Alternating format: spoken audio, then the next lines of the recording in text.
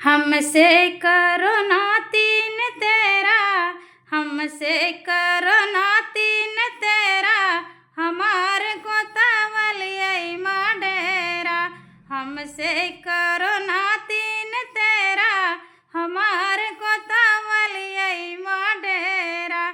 जिला प्रतापगढ़ के यही हम निवासी, जिला प्रतापगढ़ के यही हम निवासी। थाना रानीगंज बसेरा, थाना रानीगंज बसेरा, हमार को तवलियै माडेरा।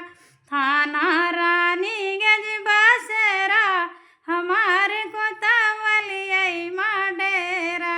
रस्तीपुरा के नागीना, हमार को तवलियै माडेरा। हमसे